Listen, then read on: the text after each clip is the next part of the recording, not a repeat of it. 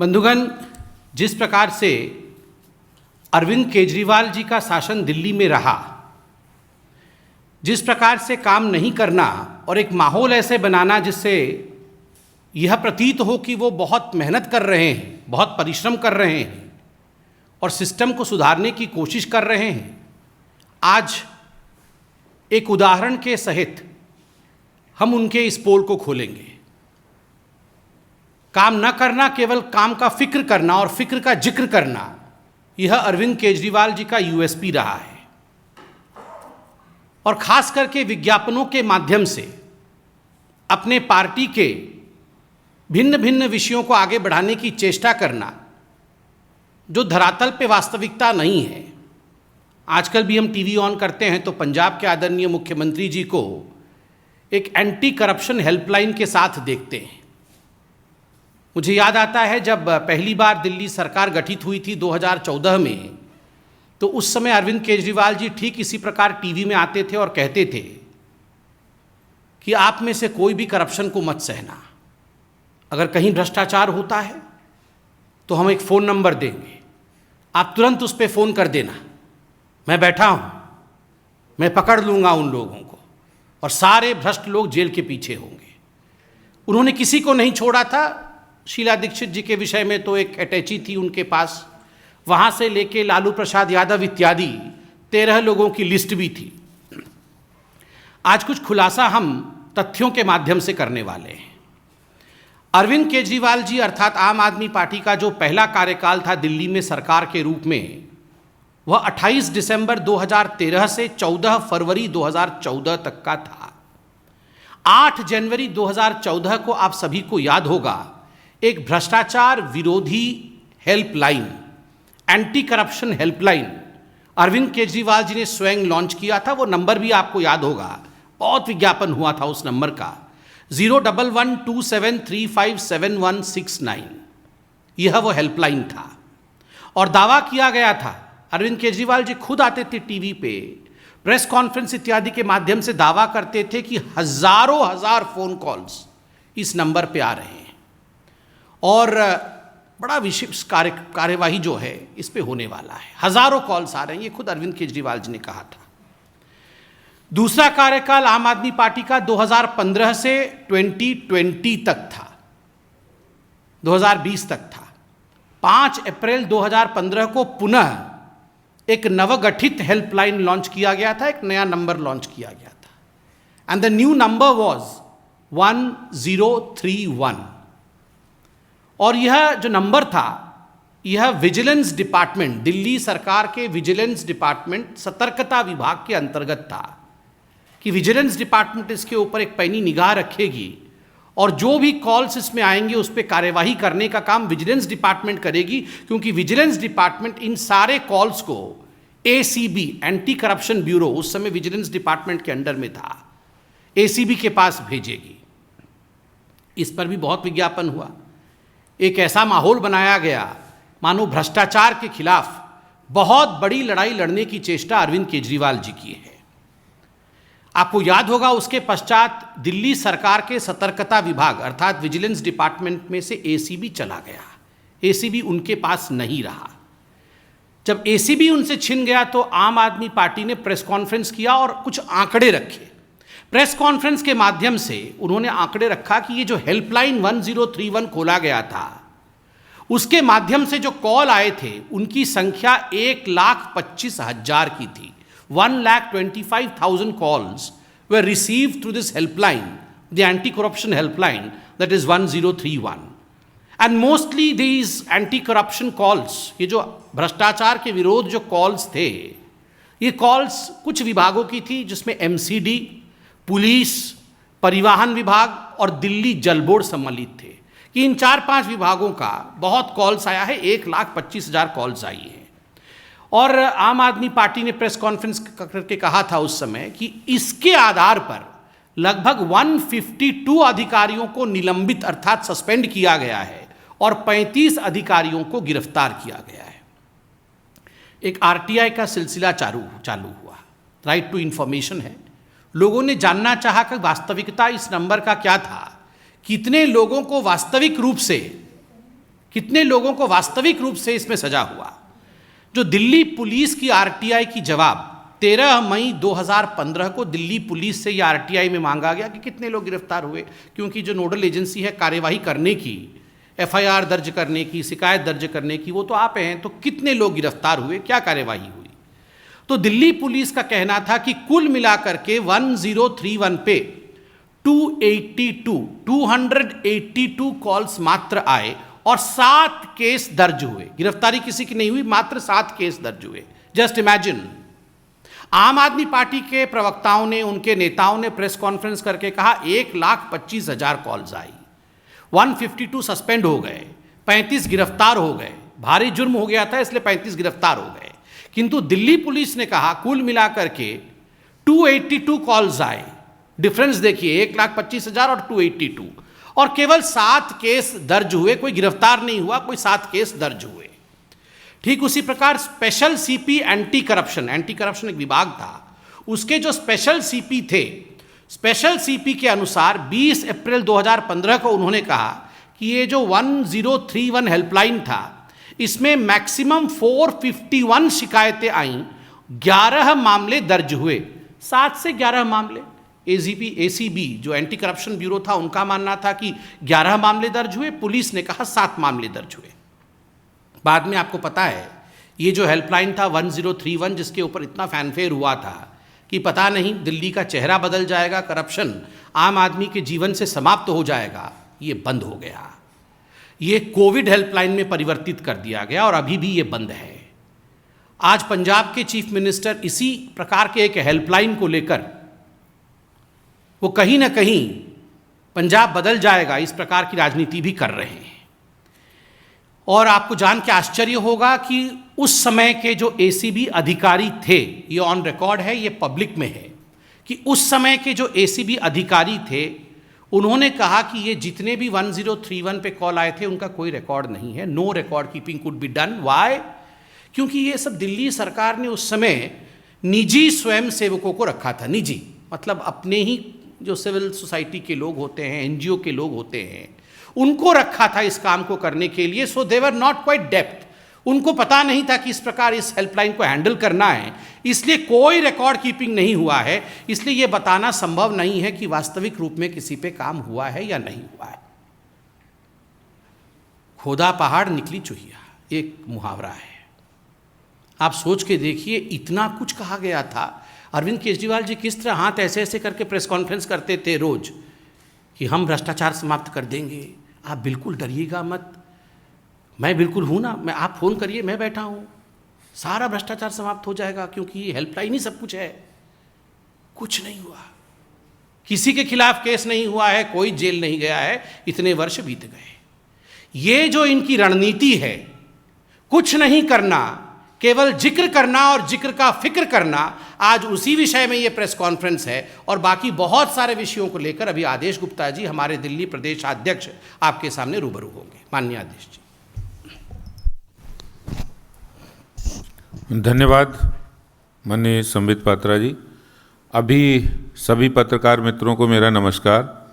अभी बड़े विस्तार से दिल्ली में अरविंद केजरीवाल की भ्रष्टाचार विरोधी हेल्पलाइन के बारे में उनका पोल खोलने का काम संबित जी ने किया है।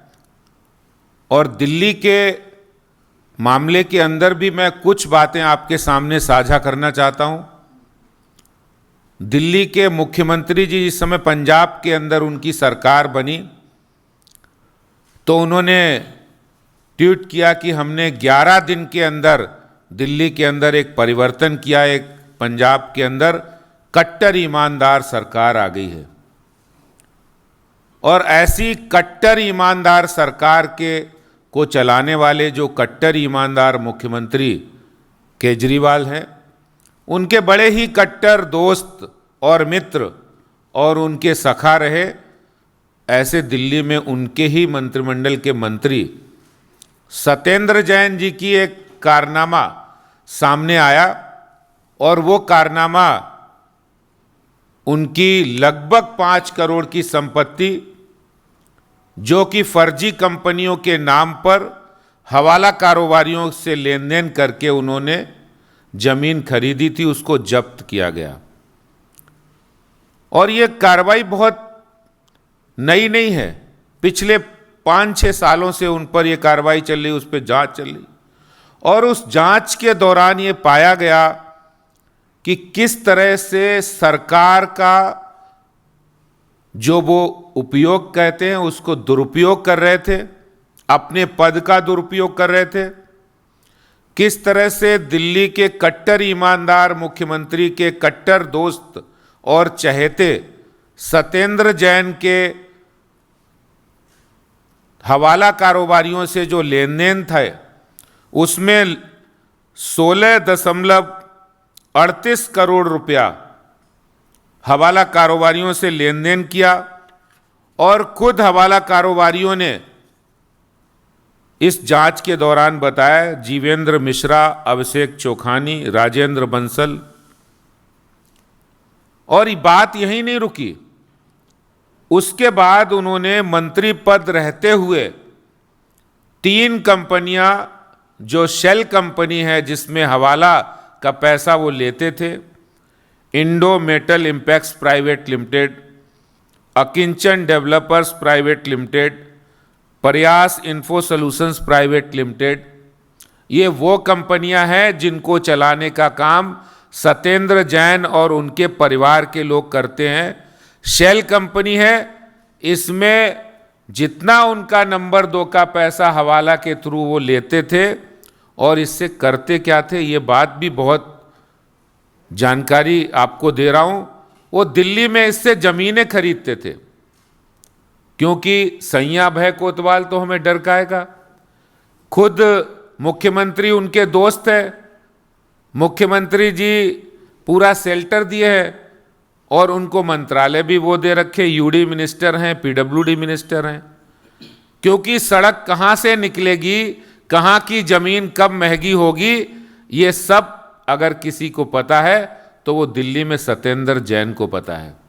इसलिए उन्होंने किया क्या, इन तीनों कंपनियों के नाम पर दिल्ली के अंदर 123 बीघा जमीन खरीदी, 27.89 करोड़ में, और फिर 200 बीघा जमीन खरीदी।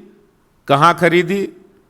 कृषि भूमि खरीदी, कराला में, औचंदी, निजामपुर, बुद्धनगर, उत्तर पश्चिम के तमाम इलाके, पल्ला, बख्ताबरपुर। और वो जहां जमीनें खरीदते थे उससे पहले वो वहां सड़क नहीं बनी होती थी, क्योंकि इनके पास पीडब्ल्यूडी मिनिस्ट्री और यूडी मिनिस्ट्री है, इसलिए उनको पता था कि कहां जल बोर्ड की लाइन पड़नी है, कहां पर विकास होना है, और वहां वो सड़क बनाकर वो जमीन उससे भी ज्यादा महंगे दामों पर बेचने का काम ये दिल्ली सरकार के मंत्री कर रहे थे, जिसमें कार्रवाई हुई है, उनकी जमीन जब्त की गई है। ये मैंने एक खुलासा कट्टर ईमानदार मुख्यमंत्री के बारे में, कट्टर ईमानदार सरकार के बारे में कहा है, क्योंकि उनका काम नहीं है, इसीलिए वो कोई कार्रवाई नहीं करते हैं। जितनी भी जांच के बारे में संबित जी ने बताया है, दिल्ली जल बोर्ड के 60,000 करोड़ रुपया दिल्ली जल बोर्ड को इन्होंने दिया। आज अगर कोई एक सामान्य से सामान्य गृहिणी भी होती है तो 25, 30, 40 हजार रुपये घर का खर्चा होता है, उसका भी क्या आय और क्या व्यय है उसका भी ब्यौरा होता है। लेकिन 60,000 करोड़ रुपए का ब्यौरा दिल्ली में अरविंद केजरीवाल सरकार ने अभी तक नहीं दिया है। 7 सालों में 22 पत्र सीएजी ने इनको लिखे कि भाई आप हिसाब किताब बताइए कि कहाँ आपने ये खर्चा किया है, कहाँ पे आपने किसको जल बोर्ड में कहाँ खर्चा किया है, नहीं दिया है। और आखिरी पत्र में सीएजी ने साफ लिखा है, इसका मतलब आपने फोर्जरी की है, आपने फ्रॉड किया है, आपका इंटेंशन ठीक नहीं है। जहां तक भ्रष्टाचार की बात है, अपने किसी मंत्री को नहीं हटाया, न जल बोर्ड के मंत्री को हटाया, न वाइस चेयरमैन को हटाया। और यहां तक कि डीटीसी में जो बस की खरीदे की गई, जिसमें 1000 बसें 975 करोड़ की खरीदी हुई, पहले तो टेंडर नहीं किए क्योंकि नीयत नहीं ठीक थी, और जब टेंडर किए तो उन 1000 बसों की खरीद में 975 करोड़ रुपया खर्च होता है, और उसके मेंटेनेंस का एक अलग से टेंडर करते हैं, वो 3500 करोड़ का। मतलब खरीदी नई बसें, उसमें मेंटेनेंस भी शामिल है, लेकिन अलग से एक मेंटेनेंस का टेंडर करके 3500 करोड़ रुपया, जिसकी शिकायत भारतीय जनता पार्टी ने की, अब सीबीआई उसकी जांच कर रही है। लेकिन अभी तक मंत्री को नहीं हटाया, क्योंकि उन्हें भ्रष्टाचार करने वाले, उनको ऐसा लगता है जैसे उनके लिए दूध देने वाली जैसे गाय होती है, उसी तरह से वो सारे मंत्री, सारे विधायक, वो सारे भ्रष्टाचारी वो साथ रखे हुए। और जिस तरह से दिल्ली के अंदर शराब माफिया के साथ जो गलबैयां की है, जो उन्होंने गठबंधन किया है और उनको हजारों करोड़ रुपए का फायदा पहुंचाया है, ये भी भ्रष्टाचार का ही एक बहुत बड़ा नमूना हम लोगों को देखने को मिल रहा है। दिल्ली के अंदर जो लोग बड़ी बाहें फाड़ते थे, जो जोर जोर से चिल्लाकर कहते थे कि हम ईमानदार सरकार लाएंगे, ईमानदारी की बात करते थे, हेल्पलाइन जारी करते थे, आज वो शराब माफिया के साथ मिलकर भ्रष्टाचार कर रहे हैं, वो दिल्ली जल बोर्ड में भ्रष्टाचार कर रहे हैं, वो दिल्ली डीटीसी में भ्रष्टाचार कर रहे हैं। और इसके साथ ही साथ जो लोग ये कहते थे कि हम ईमानदार हैं, वही लोग दिल्ली के मुख्यमंत्री अपने घर के अंदर 21 करोड़ की लागत से स्विमिंग पूल बनवाने का काम कर रहे हैं, जो ये कहते थे ना मैं गाड़ी लूंगा, ना बंगला लूंगा, ना सुरक्षा लूंगा। तो ये भ्रष्टाचार की पोल आज जो उनका कमिटमेंट था, वो आज जनता के सामने आ गया है। जो उन्होंने वादे किए थे भ्रष्टाचार को समाप्त करने के लिए, बड़े बड़े उनके पास पुलिंदे थे। जिस टैंकर माफिया को वो समाप्त करने के लिए शीला जी के राज में कहते थे इस टैंकर माफिया को समाप्त कर देंगे, वही टैंकर माफियाओं से आज इनके विधायक मंथली ले रहे हैं और इस जुर्म में इनके एक विधायक जेल भी जा चुके हैं।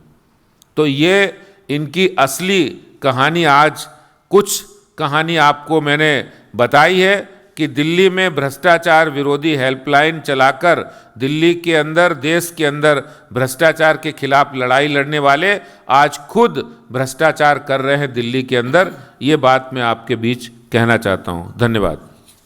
Any questions? सर, आप अभी जहांगीरपुरी के होकर आए हैं, उसके बारे में बताया, क्योंकि लॉ एंड ऑर्डर सीधा एमएचए के अंडर आता है।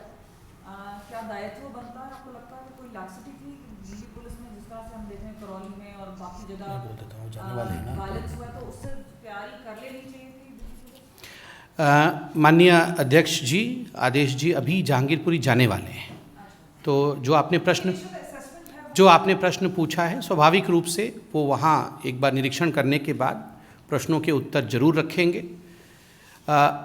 जहाँ तक जहांगीरपुरी का विषय है, अभी इन्वेस्टिगेशंस चल रहे हैं। मुझे लगता है हम सबको इन्वेस्टिगेशंस के नतीजों का इंतज़ार करना चाहिए, मगर साथ में ये भी हम कहना चाहेंगे कि कल जिस प्रकार सोनिया गांधी जी ने एक चिट्ठी लिखा था कई और विपक्ष के नेताओं के साथ मिलकर, जिसमें फारूक अब्दुल्ला भी थे, जिसमें कुछ लेफ्ट के नेता भी थे, यह चिंता का विषय है।